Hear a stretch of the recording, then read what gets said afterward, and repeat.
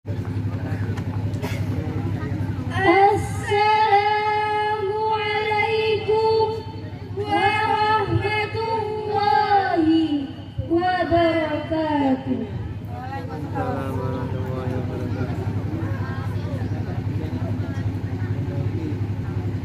Yang terhormat Ketua Yayasan Pondok Pesantren Darul Ulum Asyariah Mbah Haji Muzamil. Yang kami hormati Pengasuh Pondok Pesantren Darul Ulum Asyariah Kiai Muhammad Naufal Irsyad MC. Yang kami hormati Bapak Ketua Komite Darul Ulum Asyariah Bapak Winangsi. Yang kami hormati Kepala Sekolah MI SMP dan MA Darul Ulum Asyariah beserta stafnya. Dan sama-sama kami hormati para hadirin yang semoga dirahmati oleh Allah. Alhamdulillahirabbil alamin. Wassalatu wassalamu ala asrafil anbiya'i wal mursalin sayyidina wa maulana Muhammadin wa ala alihi wa ashabi ajma'in, amma ba'du. Hadirin rahimakumullah. Indonesia adalah negara yang luar biasa. Terdapat 17.000 pulau, 270 juta populasi penduduk dengan beragam suku, agama, dan budaya. Selain itu pula, Indonesia juga diberi anugerah berupa sumber daya alam yang melimpah, baik di darat maupun di lautan, baik di desa maupun di kota, baik di gunung maupun di lembahnya. Maka tidak heran jika ada lagu untuk Indonesia. Orang bilang tanah kita tanah surga, tonggak kayu dan batu jadi tanaman. Akan tetapi kesejahteraan masyarakat di Indonesia jauh di bawah negara Singapura yang luas wilayahnya lebih kecil dan tidak memiliki sumber daya alam seperti Indonesia. Justru Indonesia memiliki hutang negara, korupsi di mana-mana, dan angka kemiskinan yang tinggi. Hal ini terjadi karena pemimpin di negeri ini kurang amanah dalam memberi kebijakan kepada rakyatnya. Padahal pemimpin di Indonesia bermayoritas Islam, akan tetapi tidak menjamin Indonesia mampu mencetak pemimpin-pemimpin yang amanah yang sesuai dalam kriteria pemimpin dalam Al-Quran. Maka dari itu, Indonesia sebetulnya masih mengalami krisis kepemimpinan. Padahal Indonesia memiliki target menjadi negara maju pada tahun 2045. Hadirin rahimakumullah. Dengan demikian kami akan membawa syarahan yang berjudul Kepemimpinan Ideal dalam Perspektif Al-Quran. Sebagai rujukan surah Shad ayat 26. A'udzu billahi minasy syaithanir rajim.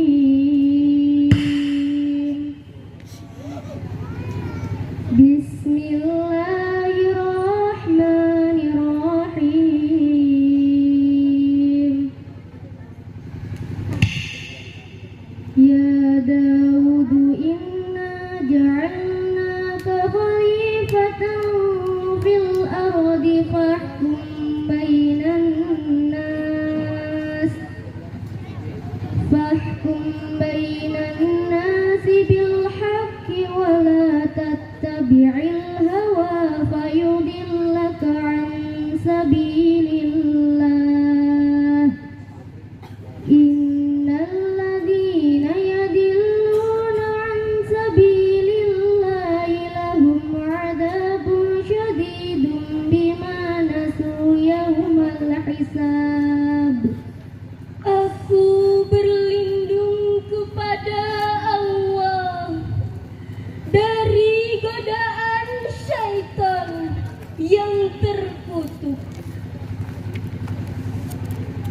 dengan menyebut nama Allah yang Maha Pengasih lagi Maha Penyayang. Allah berfirman, "Wahai Daud, sesungguhnya engkau kami jadikan khalifah, penguasa di bumi, dan berilah petunjuk perkara di antara manusia dengan adil dan benar. Dan janganlah engkau mengikuti hawa nafsu, karena itu menyesatkan di jalan Allah. Sungguh orang-orang yang sesat di jalan Allah akan mendapatkan azab yang berat karena mereka melupakan hari perhitungan."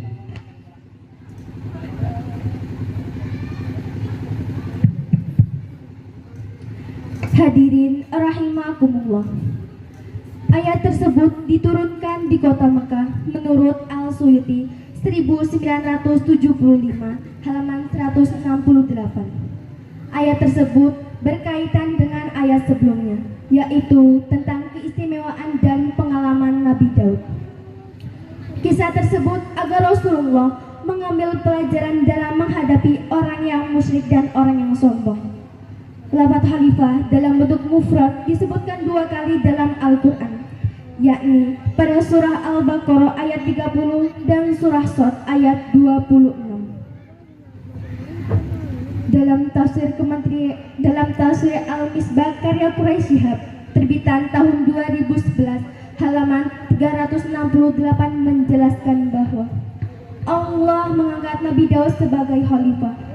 Allah berfirman, "Hai Daud, sesungguhnya kami menjadikanmu khalifah, penguasa bumi, yakni Baitul Maqdis.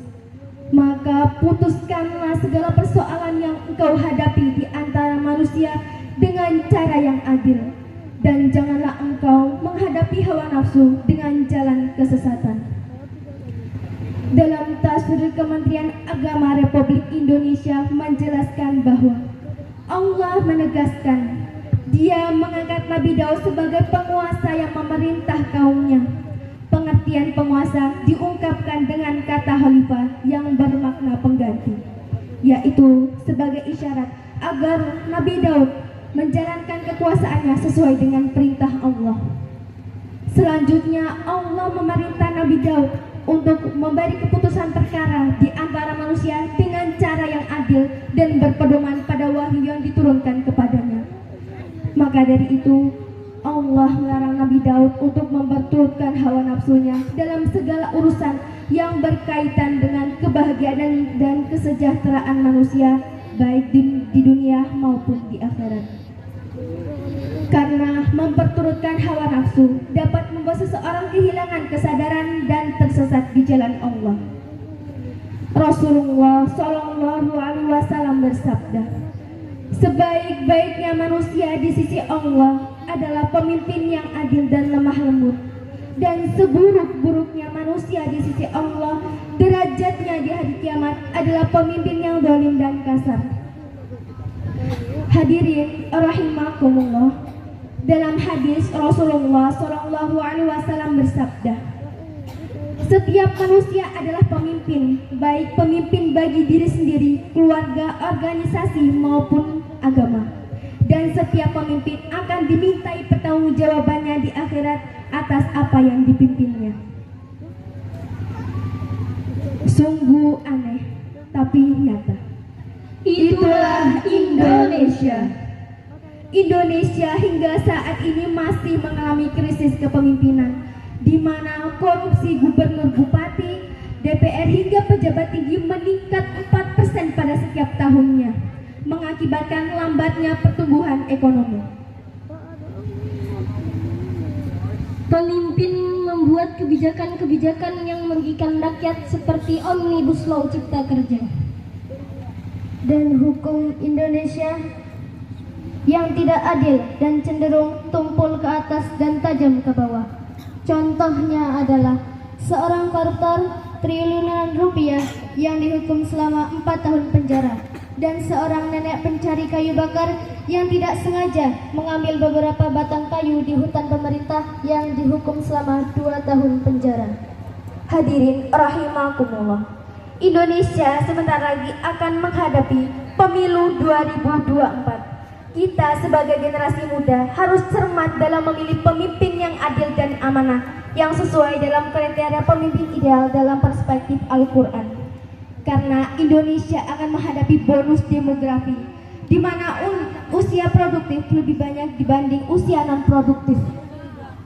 Kita harus memilih pemimpin yang adil dan amanah dan dapat mengoptimalkan kebijakan untuk kesejahteraan masyarakat Indonesia. Hindari memilih pemimpin-pemimpin yang tidak amanah dan tidak adil, yaitu pemimpin yang hanya menguntungkan dirinya sendiri dan kelompoknya saja tanpa mementingkan kesejahteraan rakyatnya. Lantas hadirin, bagaimanakah cara kita memilih pemimpin yang adil dan amanah sesuai dalam perspektif Al-Quran? Sesungguhnya Allah telah memberi sosok gambaran seorang pemimpin yang ideal dalam surah Al-Adab ayat 21. Laqad kana lakum fi rasulillahi uswatun hasanatun liman kana yarjullah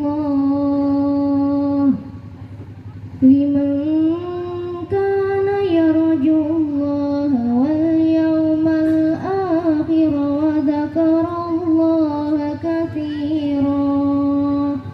Shadaqallahul adzim.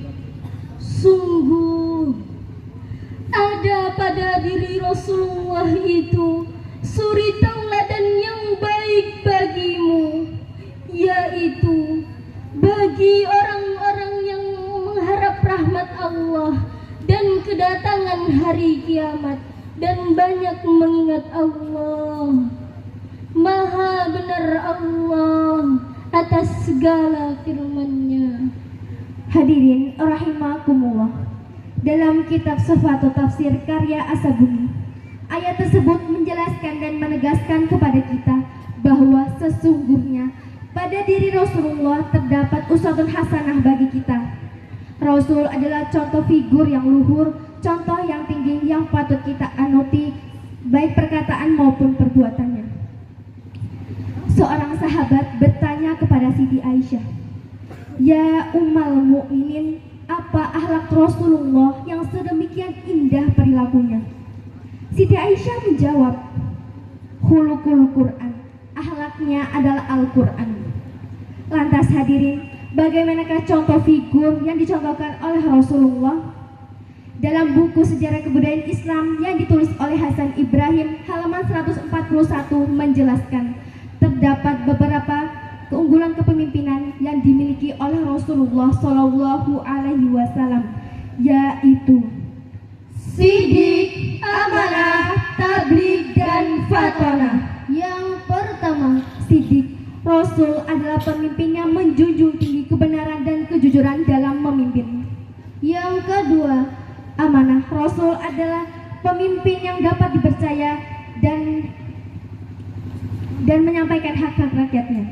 Yang ketiga, tabligh. Rasul adalah pemimpin yang cerdas dalam bernegosiasi. Yang keempat, fatonah. Rasul adalah pemimpin yang pandai dalam bersiasat dan jeli dalam mencari solusi. Untuk mengakhiri syarahan ini, dapat kami simpulkan bahwa setiap pemimpin adalah pengemban amanah. Seorang pemimpin yang diridhoi oleh Allah Subhanahu wa Ta'ala adalah pemimpin yang adil dan tidak memperturutkan hawa nafsunya ketika dalam urusan kesejahteraan rakyatnya. Rasul adalah contoh figur yang patut dijadikan contoh karena beliau membawa sifat uswatun hasanah, yaitu suri tauladan yang baik karena sifat-sifatnya yang sidik, amanah, tabligh hingga fatonah. Ia dijuluki sebagai pemimpin paling berpengaruh dalam sejarah kebudayaan Islam. Semoga Pemimpin ideal dalam perspektif Al-Quran tadi dapat menjadi rujukan dan membimbing kita dalam memilih pemimpin dan menjadi pemimpin untuk kemajuan Indonesia. Demikian carahan dari kami persembahkan syair singkat. Kau